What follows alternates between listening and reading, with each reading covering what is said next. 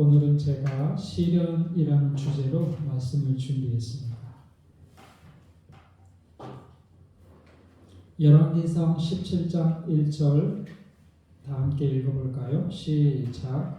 길앗의 오가니 자중에 이세 사람 엘리야가 아합에게 고하되 나의 성민을 이스라엘 하나님 여호와의 사심을 가리켜 맹세하노니 내 말이 없으면 수년 동안 우로가 있지 아니하리라 하니라. 우로 비가 내리지 않겠다. 그 말씀입니다. 엘리야는 위대한 선지자인데 이상한 부분이 여기입니다. 대개는 어떤 집안 사람이고 어떤 직업이 있었고 또 어떻게 해서 하나님께 부름받고 이런 것들이 소개가 되어 있는데 엘리야는 전혀 그렇지가 않아요. 갑자기 튀어나와서 갑자기 아합 왕에게 경고하는 걸로 시작을 딱 합니다. 위대한 선지자인데 시작이 이상해요. 엘리야가 어떻게 하나님의 부르심을 받았을까요? 맞춰보세요. 엘리야가 도대체 어떻게 하나님의 부름을 받고 선지자 활동을 시작했을까? 선지자와 왕에 보면 기도의 응답이에요. 엘리야 선지자가 기도를 드렸어요. 하나님, 이스라엘이 너무 배도하고 타락해서 완전히 멸망하기 전에 회개할 기회를 꼭 갖게 해달라고. 쉽게 말하면 적당히 죽지 않을 만큼 시련 주시도록 기도를 드렸어요. 죽지 않을 만큼 적당히 시련 주시도록. 그래서 기도의 응답으로 하나님의 말씀이 임하게 되고 아합 왕에게 그 말씀대로 이제 경고하게 됩니다. 시련은 기회가 되어 너무 배도하고 너무 타락해서 완전히 멸망하기 전에 우리의 삶에 혹시 시련이 있다면 그것은 기회가 된다는 사실 기억하게 되시기를 바랍니다. 사람이 얼마나 연약한지, 하나님을 왜 의지해야 되는지, 누가 참 하나님이 되시는지 알 수 있는 기회, 그래서 하나님을 잘 믿을 수 있는 기회가 된다는 사실을 시련이 있을 때마다 기억하게 되시기를 바랍니다. 근데 그 시련의 내용이 뭐예요? 하나님께서 주시고자 하시는 시련. 내 말이 없으면 수년 동안 비가 내리지 않을 것이다. 왜 빌까요? 시련이 많고 많은데 그 중에 왜 비가 내리지 않을 거라고 말씀하셨을까요? 이 시련을 선택을 하셨어요. 이스라엘 백성들은요, 비가 내리고 햇빛이 쪼이는 것은 자연스러운 일이지 당연하게 받을 수 있는 거지 하나님의 축복이라고 생각을 안 했어요. 좀 더 나아가서 이러한 비 내리고 햇빛이 쪼이는 것은 바알이 주는 거라고 생각을 했어요. 그래서 바알을 숭배하는 겁니다.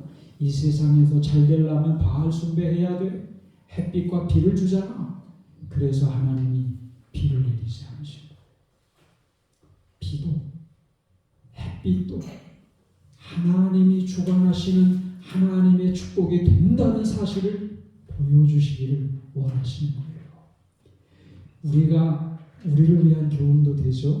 우리는 너무나 당연하게 비가 내리고 따뜻한 햇빛이 쪼이는 거, 추운 겨울이 되면 햇빛 쪼이는 것도 감사하잖아요. 이게 자연스러운 일이고 당연하게 누리는 거라고 생각을 하면 오해입니다. 그것도 하나님이 주관하시는 것이고 하나님의 축복으로 주어지는 일인 것을 하나님께서 이스라엘 백성들에게 수년 동안 비를 내리지 않으시면서 보여주시는 것입니다. 당연하게 누리는 것, 당연하게 누리는 햇빛, 당연하게 누리는 비, 당연하게 우리가 호흡하는 신선한 공기, 당연한 거 아니에요. 하나님의 축복이에요. 날마다 우리가 살아갈 수 있는 힘 주시고 또 먹고 살 수 있는, 돈 벌 수 있는 능력 주시고 당연한 거 아니에요. 하나님의 축복이에요. 우리가 사랑하는 가족과 더불어 식사하고 좋은 시간 갖고 행복하고 우리가 또 하나님을 신앙하게 되고 영원히 살 수 있는 희망을 갖게 된 거 다 당연한 거 아니에요. 모든 축복의 근원은 하나님이 되신다는 사실을 하나님은 보여주고 싶으셨어요. 그 수년 동안 피를 흘리죠. 그것도 하나님의 축복이라는 사실을 기억하게 되시기를 바라셨어요. 아멘. 여러분, 이분은 미국의 정치가예요. 제가 조그만 사진을 확대하니까 좀 잘 안 보이시죠? 리 에드워터. 한때는 미국 최고의 권력을 갖고 있던 분이에요. 전국 공화당 위원장. 38세에 전국 공화당 위원장이 됐어요. 최고의 권력입니다. 대통령 뒤에 배후에 막강한 권력을 젊은 날 38세 얼마나 뛰어나는지 아시겠죠? 대단한 부자였어요. 근데 이분이 뇌암에 걸렸어요. 1년 만에 죽었어요. 얼마나 극적인지 영화로도 만들어졌어요. 이분이 나중에 라이프 잡지와 인터뷰하면서 거기에 병에 걸려서 깨달은 것들을 소개를 2가지 했어요. 그게 뭔가 하면 나는 권력과 명예와 부를 대부분의 사람보다 많이 누리고 있습니다. 그러나 그 모든 것을 소유하고 있는데도 가슴이 이렇게 허전할 줄 누가 이해할 수 있겠습니까? 단 하루 저녁이라도 건강한 몸으로 아내와 3딸과 따뜻한 시간을 보낼 수 있다면 내 소유 전부라도 바치겠습니다. 2가지. 그렇게 성공을 추구하면서 열심히 살았는데 가슴이 허전할 줄은 몰랐다. 근데 이분은 나중에 병에 걸린 다음에 친구들의 전도를 받아서 하나님을 신앙했습니다. 제가 그렇게 알고 있어요.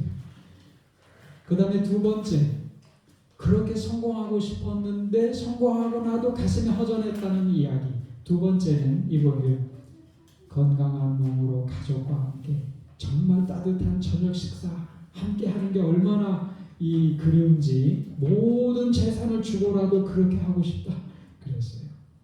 우리가 일상적으로 누리는 하나의 일들이 사실은 커다란 아주 복스러운 일들입니다. 가족과 함께 모여서 식사하는 거 일상적으로 누리잖아요. 근데 어떤 분에게는 최고의 그 행복의 순간이 되기도 하는 거예요. 우리가 시련을 만나서 또 힘든 시기를 보내면 이 삶의 작은 일들이 얼마나 소중한 하나님의 은혜고 축복인지를 생각을 하는 것입니다. 하나님은 이거를 이스라엘 백성들이 깨닫기를 바라셨어요. 비 내리지 않으심으로 비까지도 햇빛까지도 신선한 공기까지도 하나님의 축복이라는 사실을 이스라엘 백성들이 기억하기를 바라셨어요.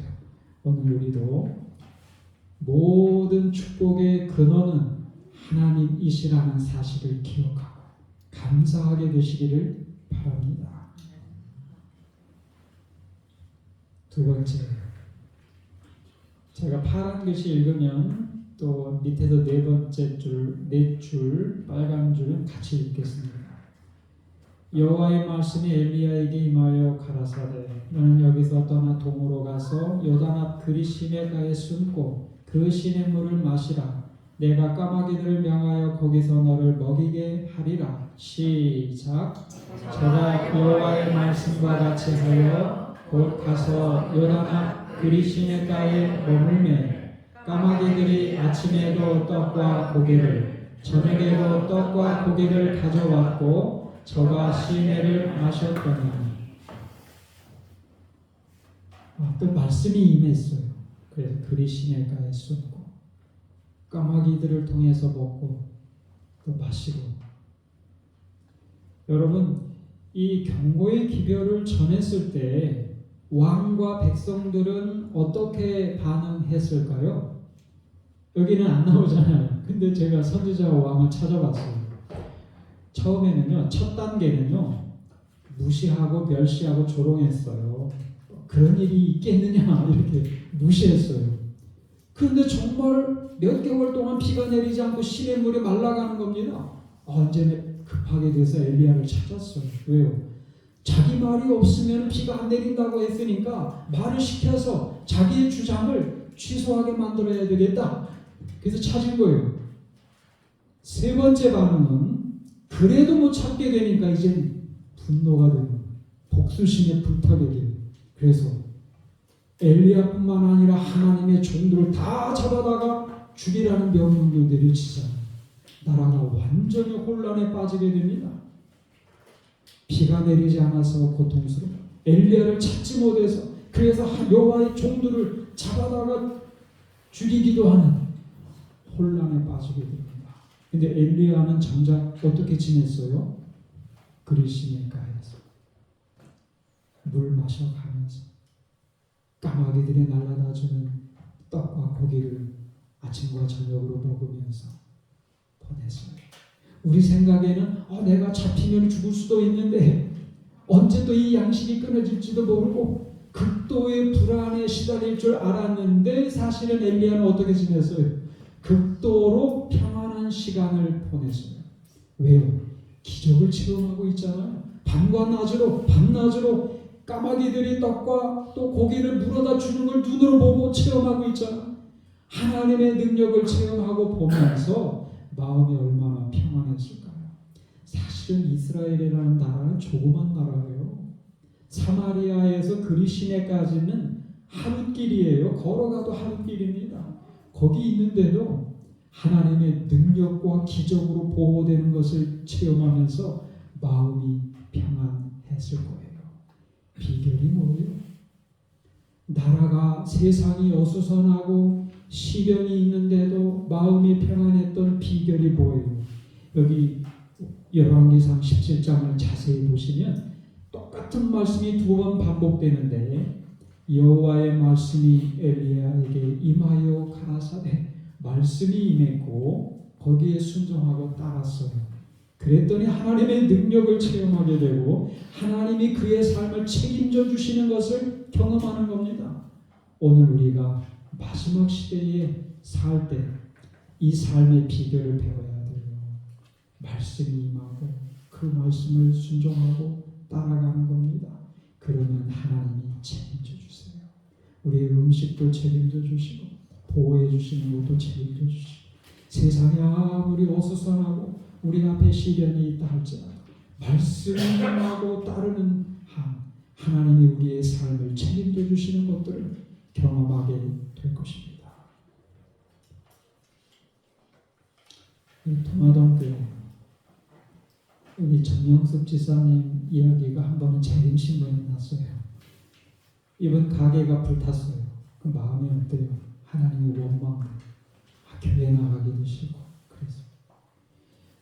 그래서 또 빚을 내서 가게를 새로 시작을 했는데 시간이 많이 남는 겁니다. 주변에 보니까 굴러다니는 책이 있는데 선지자와 왕 이런 내용이 선지자와 왕.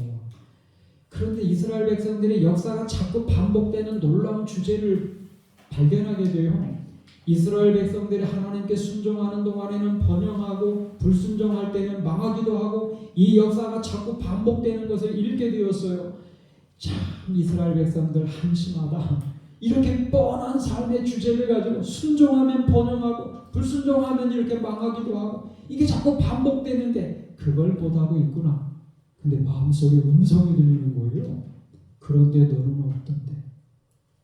나 자신은 어떤가? 이렇게 뻔하게 이스라엘 백성들 한심하고 어리석다고 생각을 하지만 나도 그렇지 않은가 생각이 드는 거예요. 이 집사님이 교회도 한다는 거예요. 불에 탔다. 하나님 원망한다. 교회 나가야 되겠다. 그때 그 심정을 그 재림신문에 소개를 했어요.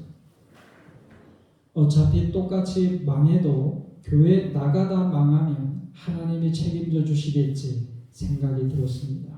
전적으로 순종하기로 결심하니까 마음이 달라지고 생활도 달라졌습니다.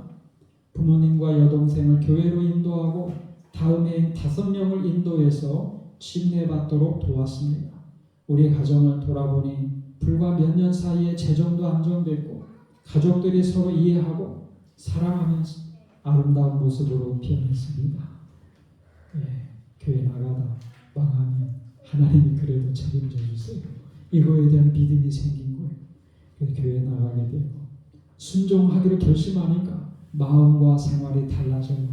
그래서 옛날에 그 재정도 회복하고 가정도 많이 변화된 경험하게 되었다. 이렇게 말씀하시고, 제가 이 엘리야의 시대를 주목하게 된 거는 우리 나라가 어수선하잖아요.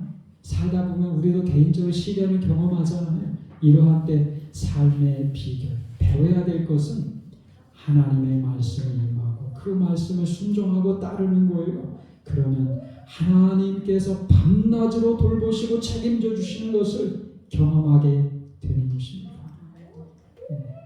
우리도 하나님 말씀 순종하고 따르기로 새롭게 결심을 갖는 기회들이 되시기를 바랍니다. 마지막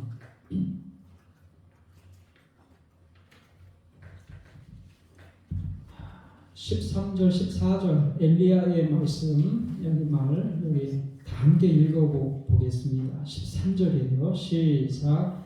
엘리야가 저에게 이르되 두려워 말고 가서 네 말대로 하려니와 먼저 그것으로 나를 위하여 작은 떡 하나를 만들어 내게로 가져오고 그 후에 너와 내 아들을 위하여 만들라. 이스라엘 하나님 여호와의 말씀이 나 여호와가 비를 지면에 내리는 날까지 그 통의 가루는 다하지 아니하고 그 병의 기름은 없어지지 아니하리라 하셨느니라. 여러분, 저는 이 말씀 준비하면서 깜짝 놀란 사실이 한 가지 있어요. 이 사렙다 과부의 정체, 그죠? 놀라워요. 놀랬어요. 여러분, 만약에 겉모습만 보고 이 사렙다 과부를 평가해 보세요. 믿음이 있겠어요? 없겠어요? 사실은 없는 확률이 더 높아요. 그렇지 않나요? 일단 사는 지역이 이스라엘과는 많이 떨어져 있는 먼 두로와 시돈 사이, 시돈에 더 가까운 정말 멀리 떨어져 있는 곳에 살아서 한마디로 말하면 바알 숭배의 한 복판에 살고 있었어요. 그럼 누구 섬기는 게 쉬워요? 바알을 숭배하기가 쉬워요. 더군다나 가난했잖아요. 먹고 살기 바빴잖아요. 이스라엘의 하나님에 대해서 들을 수 있는 기회도 없을 것 같고 또 그럴 만한 시간도 없을 것 같고 바알을 숭배하기가 더 쉬울 것 같은 그런 지역에 살고 있었어요. 그런데 선지자 오하게 보면 완전히 달랐어요. 하나님을 믿었어요. 그리고 자기가 받은 빛에 따라서 순종하면서 살았던 신실한 사람이었어요. 하나님이 엘리야를 보내서 공개를 받을 만한 사람으로 선택을 받을 정도였어요. 그 사람의 믿음이 읽으면서 또 드러나잖아요. 여러분이 제가 한 가지 교회 생활하실 때 비결을 말씀드릴게요. 다른 사람 쉽게 판단하면 안 됩니다. 겉모습만 보고. 겉모습 보고 판단했으면 이스라엘 백성들이 더 경건했겠죠. 그러나 속으로 대부분이 다 배도한 것 보시잖아요. 겉모습만 보면 사렙다 과부는 믿음이 없었게 보이죠. 그러나 얼마나 신실했을까요? 자기가 받은 빛에 따라서 신실하게 살았던 신앙인이었어요. 겉모습 보고 다른 사람 판단하시면 안 됩니다. 겉모습 보고 판단하고 너무나 쉽게 그 말 입소문 내요. 반드시 그 말은 그 사람에게 들어갑니다. 여러분, 나이가 드시면서 경험해 보셨잖아요. 그 말이 그 귀로 들어갑니다. 그렇게 해서 한 바퀴 돌아서 자기 귀에 들어옵니다. 정말 미안한 일이 생깁니다. 요즘 신자들 왜 그래? 요즘 목사들 왜 그래? 왜 그렇지요? 다 연약하니까 부족하지. 그러나 그거 반드시 그 귀에 들어가더라고. 쉽게 겉모습 보고 판단하시면 안 돼요. 그 사람 귀에 반드시 들어갑니다. 실망하게 되고 교회가 분열이 돼요. 누구나 다 연약해요. 저 정말 연약해요. 여기 단에 서기 직전까지도 회개하는 기도를 드리고 이 자리에 섭니다. 부족해요. 남 쉽게 판단하시면 안 돼요. 또 쉽게 그 입소문 내도 안 돼요. 제가 다른 사람의 잘못을 보잖아요. 끝까지 갖고 계세요. 그분을 위해서 기도드리세요. 저 집사람에게 비밀이 많아요. 제가 들은 얘기 절대 집사람에게 안 좋은 얘기면 말 안 합니다. 그냥 끝까지 저 혼자 알고 있지. 쉽게 판단하시면 안 돼요. 사렙다 과부가 그랬다는 겁니다. 대화가 이루어졌어요. 그 엘리야 선지자가 물과 떡을 가져오라고. 가루와 기름은 있는데 떡은 없다고. 그래서 이 마지막 떡 만들어서 이제 먹고 죽을 판이라. 그래도 나 먼저 갖다 주라. 그리고 너와 내 아들을 위해서 만들. 그러면 하나님께서 그 가루와 기름이 떨어지지 않도록 비 오는 날까지 복을 주시겠다고 약속을 했어요. 이 과부가 어떻게 했습니까? 뻔하지만 그렇게 했어요. 엘리야의 말대로 했습니다. 정말 가루와 기름이 떨어지지 않는 경험, 그 축복을 받았어요. 저도 어제 이 말씀 준비하면서 우리 쌀통이 떨어지지 않고 김치통에 김치만 안 떨어지면 얼마나 좋을까. 이 노년에 저는 밥하고 김치만 있으면 그냥 잘 먹거든요. 김치. 네. 그러면 얼마나 좋을까요? 그죠?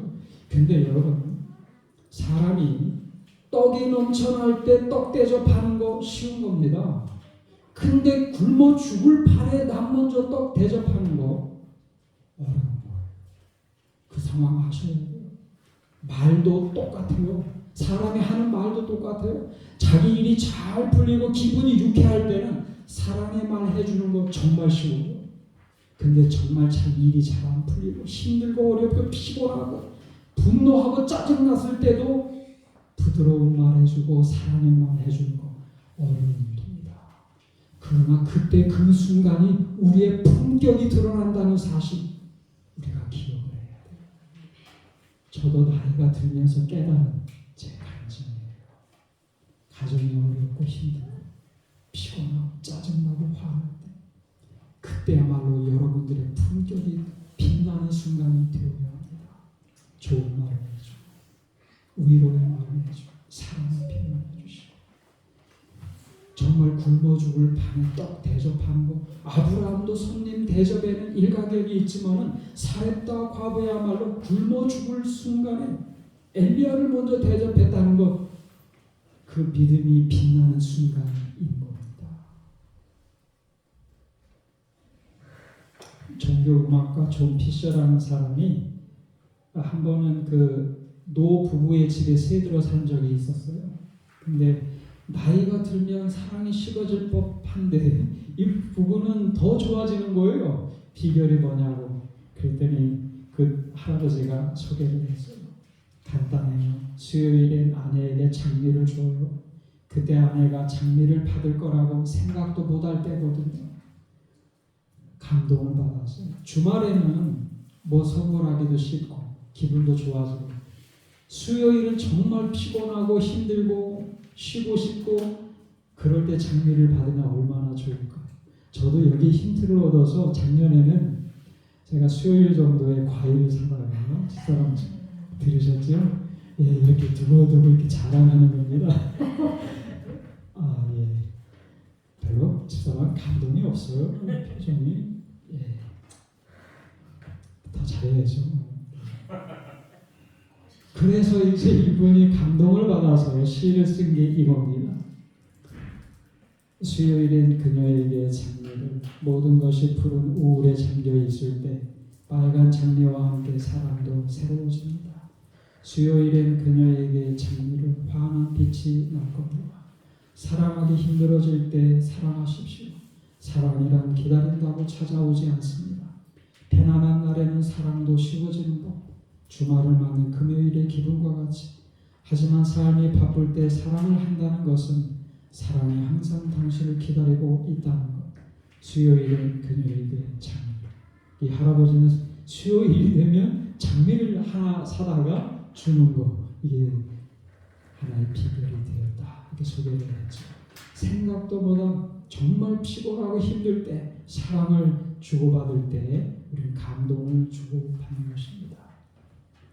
사렙다 과부의 그 대접은 그런 의미가 있는 거예요. 믿음이 빛나는 순간이었습니다. 그게 바로 시련을 극복하는 비결, 하나님의 축복을 체험하는 비결이 되는 것입니다. 엘리야 시대 3년 반 동안 비가 내리지 않았을 때 이 시련을 통해서 우리가 누리는 모든 것, 비까지도 하나님의 축복이 되는 것 기억하시고 말씀대로 따르고 순종하는 것이 평안의 비결이 된다는 것 또 기억하시고 어려운 때일수록 사랑을 실천하는 표현하는 것 이것이 바로 시련을 극복하는 비결이 되고 삶의 평안이 된다는 것을 기억하시면서 이렇게 실천하시는 성도님들 되시기를 바라면서 마치겠습니다.